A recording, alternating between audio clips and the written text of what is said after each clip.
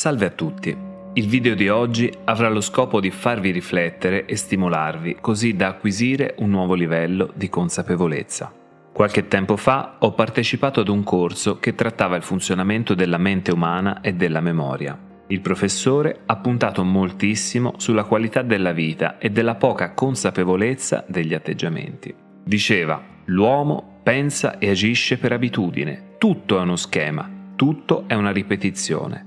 Le nostre credenze ci possono limitare ogni istante della nostra vita, facendoci credere di essere persone vive e intelligenti, ma realmente l'uomo sta dormendo. Posso garantire che non pochi partecipanti hanno provato a difendersi da queste affermazioni.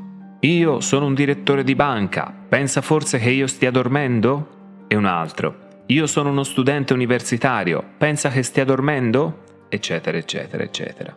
La spiegazione finale era sempre la stessa. Esistono schemi più o meno complessi, persone più o meno attive, ma fondamentalmente quasi il 100% della nostra giornata è gestita da schemi preinstallati nella nostra mente. Qualcuno avrà una programmazione di uomo o donna vincente, magari derivante dai propri genitori. Altri avranno programmazioni meno efficaci. Qualcuno sarà più adattivo rispetto alle difficoltà. Altri risulteranno più rigidi, ma tutto questo fa parte della nostra programmazione di base. Anche questo professore, che spiegava in maniera favolosa, ripeteva che le credenze e molte delle nostre limitazioni derivano dai nostri primi anni di vita. Tutto ciò che ci circonda in età preadolescenziale, ovvero quando siamo ancora dipendenti dalle altre persone, la nostra mente sarà come una spugna, dove esaminerà e prenderà per buoni tutti gli schemi ripetuti dai propri genitori, dagli amici più stretti e dai professori, considerando anche l'ambiente circostante. Quando vogliamo perdere peso e magari ci mettiamo una sveglia la mattina presto per andare a correre, stiamo iniziando a modificare il nostro schema mentale. Quando la sveglia suona, però, troppo spesso, lo schema della pigrizia, che magari ci ha portato a diventare leggermente sovrappeso, ci farà disattivare l'allarme e rimandare l'allenamento ad un momento migliore. Questo è solo un piccolo esempio di come sia difficile cambiare le nostre abitudini, quando una programmazione è molto presente nella nostra mente.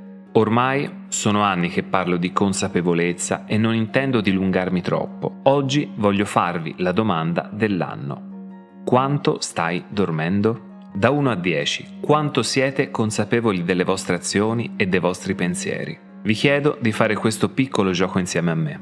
Ascoltate molto bene. Ogni volta che vi squilla il telefono, per una notifica o una chiamata, dovrete schioccare le dita prima di prendere il telefono.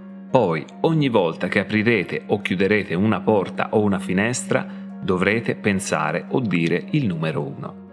Se riuscirete a controllare queste semplici azioni e in anticipo fare il gesto richiesto, vuol dire che l'automatismo non è alla base della vostra vita e quindi siete completamente consapevoli di ciò che accade dentro di voi. Se riuscirete a fare questo esercizio solo in parte dopo aver ascoltato questo video, datevi un voto da 1 a 10.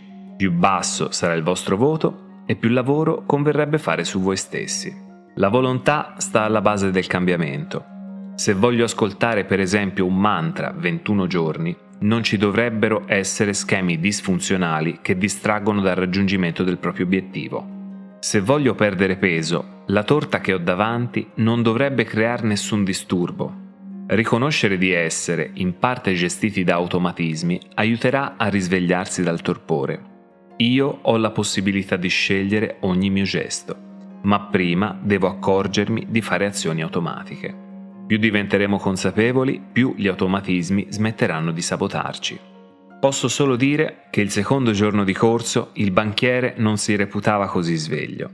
Lo studente ha mentito in maniera spudorata e molti della classe avevano il morale sotto i piedi. La maggior parte di noi sta dormendo. Gli automatismi fanno parte della nostra vita e la semplificano costantemente.